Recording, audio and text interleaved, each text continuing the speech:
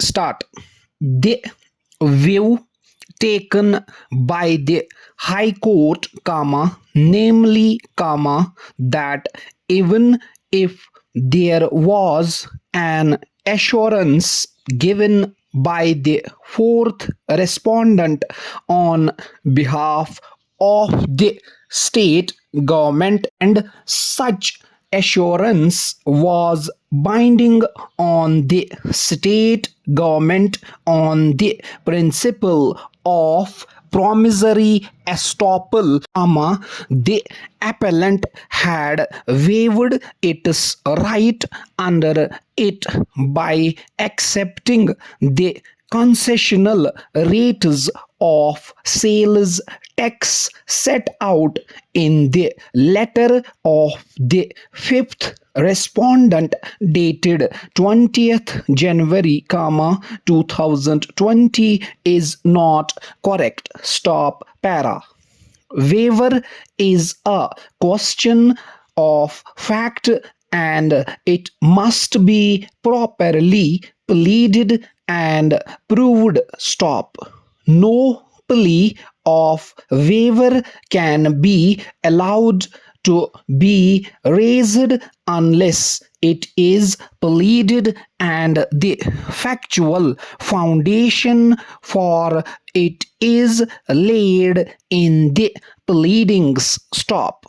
In the instant case, the plea of waiver was not taken by the state government in the affidavit filed on its behalf in reply to the writ petition, nor was it indicated even vaguely in such affidavit. Stop.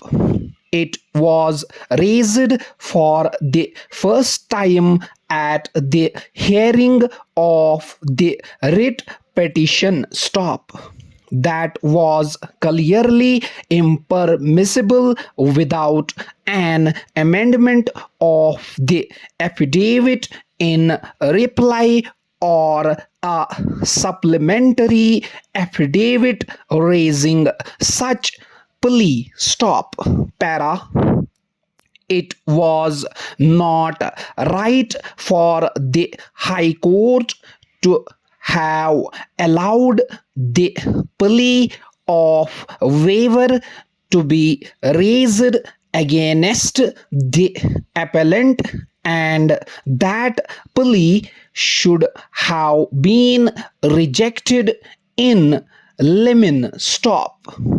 If waiver were properly pleaded in the affidavit in reply, the appellant would have had an opportunity of placing on record facts showing why and in what circumstances the appellant came to address the letter dated 25th June 2050 and establishing that on those factors there was no waiver by the appellant of its right to exemption under the assurance given by the fourth respondent. Stop.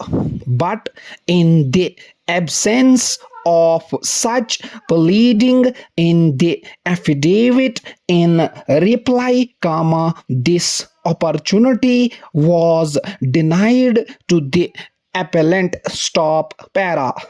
Waiver means abandonment of a right, and it may be either express or implied from conduct, but its basic requirement is that it must be an intentional act with knowledge. Stop. There can be no waiver unless the person who is said to have waived is fully informed. Stop.